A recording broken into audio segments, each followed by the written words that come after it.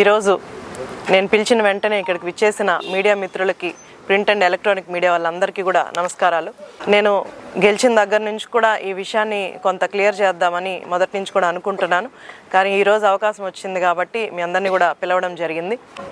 గతంలో నేను నియోజకవర్గానికి సంబంధం లేకుండా తిరుపతిలో డాక్టర్ ఉద్యోగం చేసుకుంటూ ఉన్నాను. నాకు సీట్ వచ్చిన తర్వాత నేను రాజకీయాలకి రావడం జరిగింది.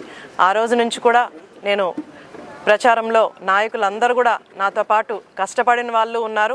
అలాగే నాకు సీట్ వచ్చిందని తెలుగుదేశంకి విభేదంగా చేసిన వాళ్ళు కూడా ఉన్నారు. కానీ గెలిచిన తర్వాత అందరినీ కూడా కలుపుకుంటూ ఒకవేళ నాకు నెగిటివ్గా లేకపోతే నాకు సీట్ వచ్చిందని నెగిటివ్గా చేసిన వాళ్ళని కూడా నేను కలుపుకుంటూ వాళ్ళని కూడా పార్టీ కార్యక్రమాలకి పిలుస్తూ ముందుకు నడిచాను. ఎందుకంటే ముందు వాళ్ళెవరు కూడా నాకు పరిచయం లేదు. ఇప్పుడు నాతో నడిచిన నాయకులు కానీ లేదా నాకు విభేదంగా నాకు అపోజిషన్గా చేసిన వాళ్ళతో కూడా నాకు పరిచయం లేదు. అంటే పర్సనల్ గ్రడ్జెస్ కానీ లేదా పర్సనల్ ఫ్రెండ్షిప్ కానీ నాకు ఎలాంటిది లేదు. ఇక్కడికి వచ్చిన తర్వాత పాలిటిక్స్కి వచ్చిన తర్వాత అందరు కూడా నాకు అలవాటు పడ్డారు.